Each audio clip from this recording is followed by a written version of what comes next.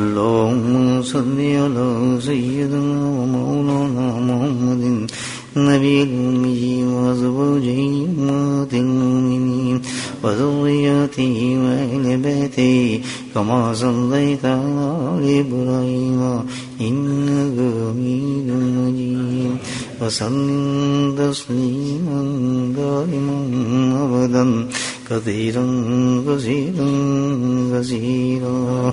اللهم اغفر لنا ذنوبنا وظلمنا وعزلنا وجدنا وخطأنا ومدنا كل ذلك عندنا. اللهم ربنا آتنا في الدنيا حسنة وفي الآخرة حسنة وقنا عذاب النار وقنا عذاب القبر وقنا عذاب الحشر وقنا عذاب الميزان وادخلنا الجنة مع الأبرار يا عزيز يا غفار يا رب العالمين يا رب العالمين.